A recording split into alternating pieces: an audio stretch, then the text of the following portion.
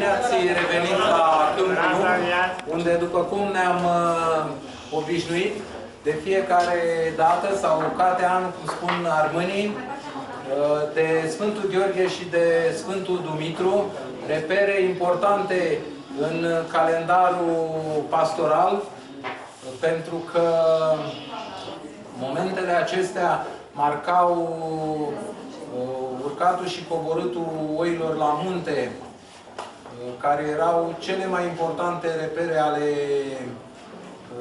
comunităților de mușceleni și de armâni trăitori în zona de munte și care marcau viața pastorală, care era foarte frumoasă, foarte grea, dar care le dădea senzația de libertate, atât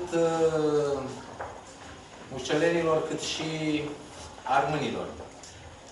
În acest an, evenimentul nostru este axat pe colaborarea dintre un renumit sculptor mușcelean, pe numele său Dumitru Mățoanu, și un mare arhitect armân. Este vorba de Arghir Culina.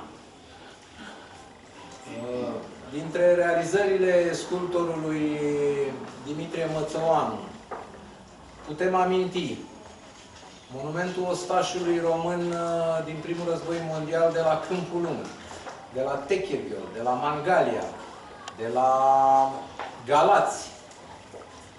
De asemenea, monumentul Ecaterina Teodoroiu din orașul Slatina.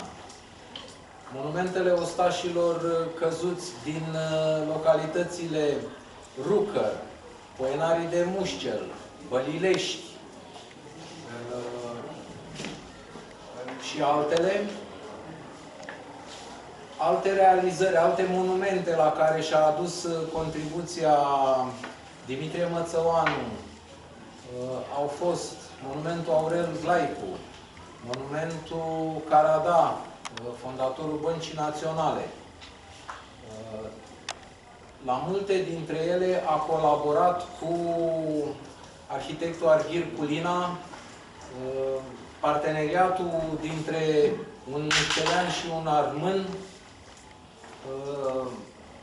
finalizându-se cu o sumedenie de mari realizări. Dintre realizările arhitectului Arghir Culina putem aminti Palatul Ase, hotelurile din București, Union, Ambasador, Capitol, Palace, Cismigiu, Negoiu, fost Stănoiu, cunoscut înainte de război. Dacia România, pe care noi îl cunoaștem ca fiind blocul Spicu. Locuința pictorului armân Chimon Loghi. Locuința inginerului Emil Tragăr, actuala ambasada Siriei. Și altele. Lucrările pe care le-au făcut împreună, cel mai renumit este monumentul Aurel Vlaicu, aflat în cimitirul Belu Militar. Despre realizările și monumentele sculptorului Dimitrie Mățoanu ne va vorbi domnul profesor Crăciun, pentru că știe mai multe. Eu vreau să mai amintesc doar că Arghir Culina și-a adus o deosebită contribuție la reabilitarea, la prima reabilitare a Tribunalului Argeș de la Pitești între 1912 și 1914. Lucrare care se află în zilele noastre într-o a doua reabilitare și prin o coincidență fericită Acest proiect este semnat de domnul arhitect Gabi Ștefănescu. Beneficiază de prezența expoziției de straie armânești a doamnei Vanghea Kuzmanovska Dimitrieva, doctorand la Universitatea din Skopje, și care ne-a adus aici colecția sa personală, care a fost expusă în mai multe expoziții din Europa și chiar și în China a ajuns această expoziție, alături de o expoziție de straie armânești făcută de Universitatea de Tehnică și Tehnologie din Știp, studenți care sunt, echipă de studenți care este coordonată de dânsa.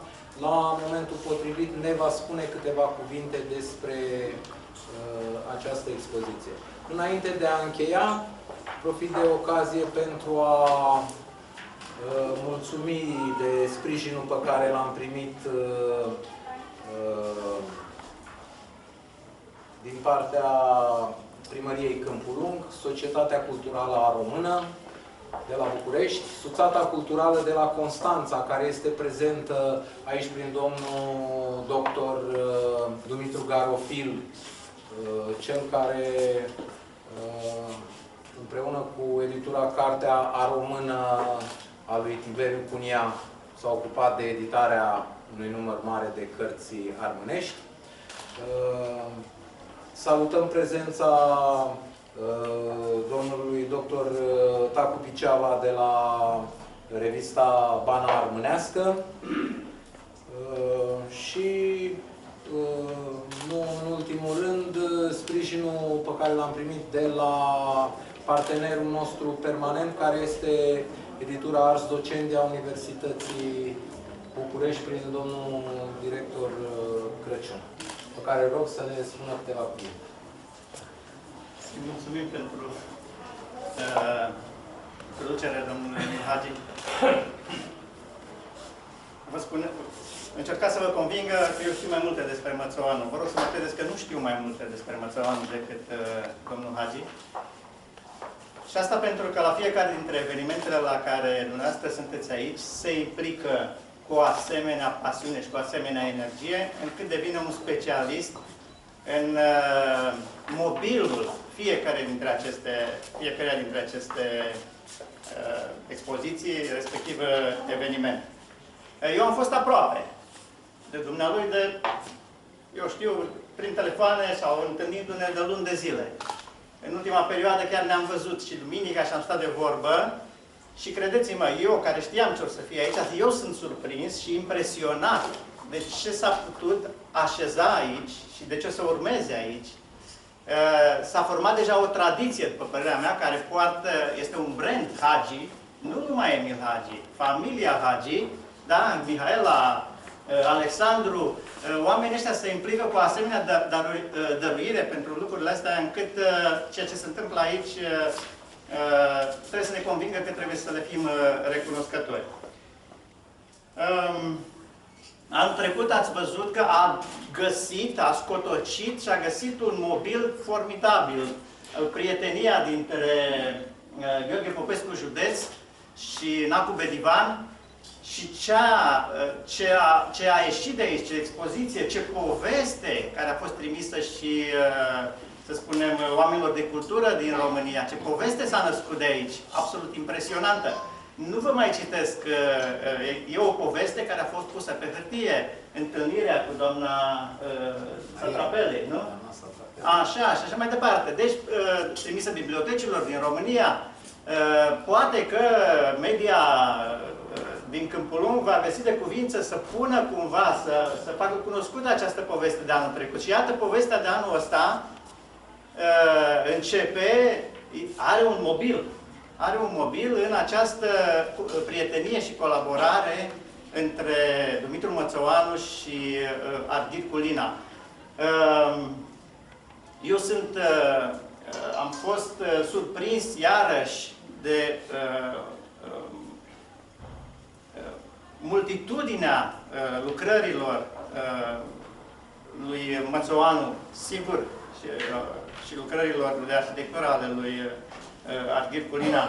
Însă mățăuanul cel pe care mușcelenii îl știu doar prin câteva lucrări din Mușcel, din Câmpul Lung, din Mățău, din Rucăr, din Bălilești.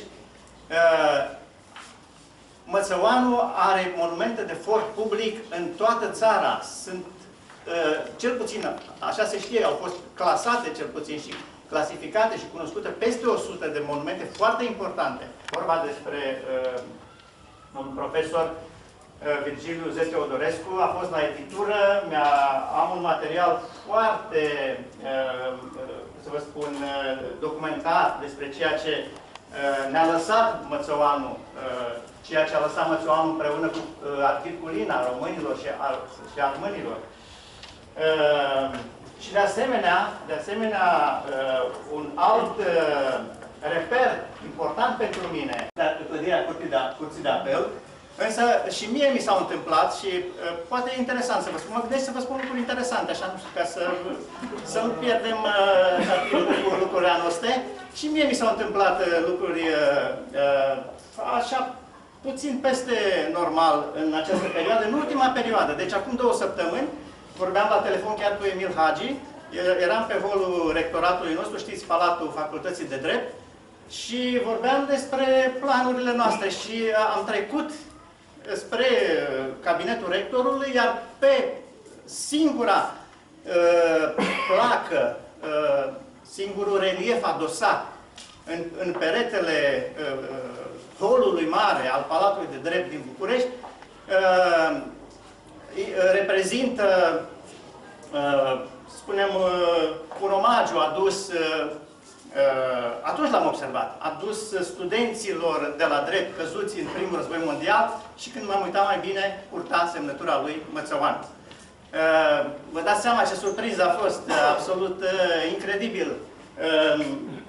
Mai mult decât atât, asta o mândrie pentru mușceleni, partea centrală a acestui relief adosat menționează faptul că un foarte reputat medic și doctor în drept din epocă, Ioan Vișoiu Cornățeanu, născut în Valea Mare, la 1870 și ceva, a căzut în primul război mondial, era doctor la Sorbona, pe aceeași placă, deci născut în Valea Mare, de aici din Mușcel. O altă poveste, să vă spun o altă poveste interesantă. Acum 5 zile m-am dus la prietenul meu, îl pot să numesc prieten, are 96 de ani, se numește Titi Georgescu, este nepotul lui Tudor Mușatescu. Mușcelenii știu familia Georgescu, foarte apropiată și rude foarte bune, au și împrumutat, să spunem, sau nu împrumutat, au și permis familiei Mușatescu la începutul secolului să locuiască în casa Georgescu până și-au construit o casă, Alexandru Mușatescu, tatăl lui Tudor Mușatescu, pe vremea aceea era primar, dar încă n-avea o casă mare și a făcut mai târziu. Așadar am fost la domnul Titi Georgescu, care este un povestitor formidabil, care știe Câmpul Lungul pe de rost, Câmpul Lung începând cu 1920, el s-a născut în 1917, care a stat, mă rog, întâmplător și 9 ani într-un lagăr sovietic, fiind prins pe frontul de est. Însă, și am povestit că vom avea o asemenea întâlnire la Câmpul Lung, mă rog, organizată de Emil Hagi.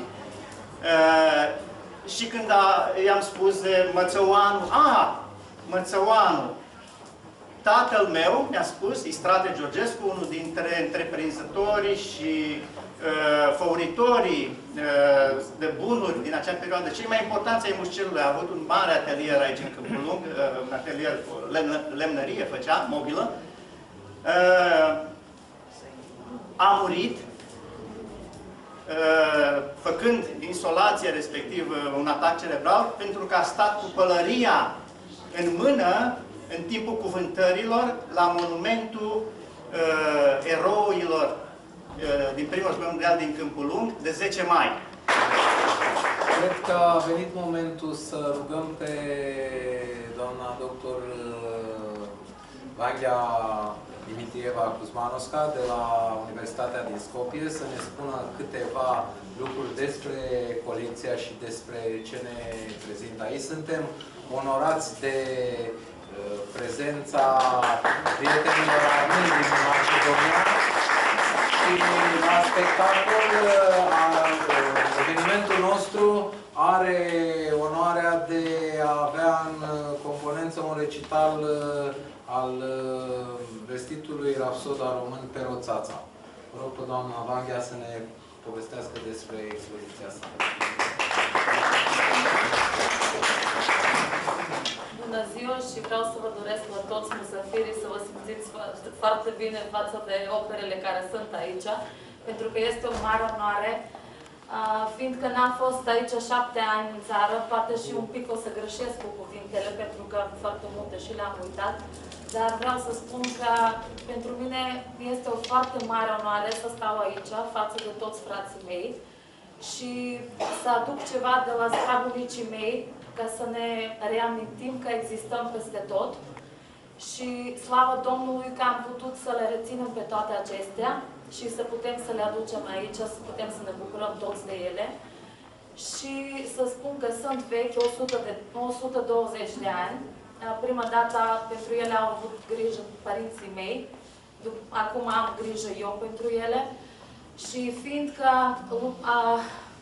acum lucrez la Universitatea din Știp, am și o mare bucurie că să pot să lucrez și cu studenții mei, să duc înainte cultura noastră, pentru că examenele care le fac la mine sunt tot hainele acestea mici care sunt astăzi aici, pentru că am avut și alte expoziții cu haine armănești care au rămas și în Macedonia și acum participă la grădinițe din orașul meu și din alte orașe, că acum este sfârșitul anului și toți copiii fac câte o expoziție, fiind mulți români în Macedonia.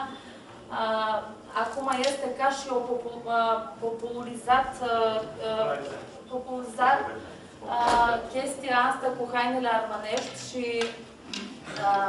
toți caută hăinuțe mici ca să fac studenții și asta este o mare plăcere pentru mine, fiind româncă.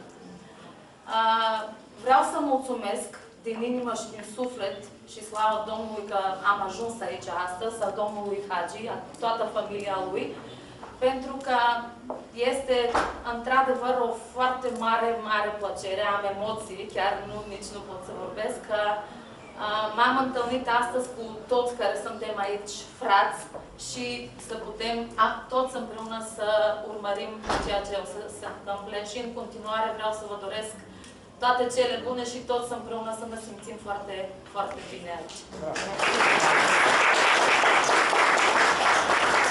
Doamnei Vanghea, în primul rând pentru prezența dânsei alături de noi, pentru prezența expoziției în fața noastră. Ne-am dorit foarte mult, admirăm foarte mult ce face pentru popularizarea culturii armănești. Îi dorim foarte mult succes. Ne bucurăm că tinerii studenți au posibilitatea, prin experiența dânsei, să învețe despre tradițiile noastre și așteptăm oricând cu mare drag la Câmpul Lung. Vă invităm în continuare la spectacolul nostru, unde trebuie încă o dată să remarc prezența într-un recital pe care noi ni l-am dorit foarte mult și din acest motiv îl considerăm extraordinar, Pero Țața din Republica Macedonia.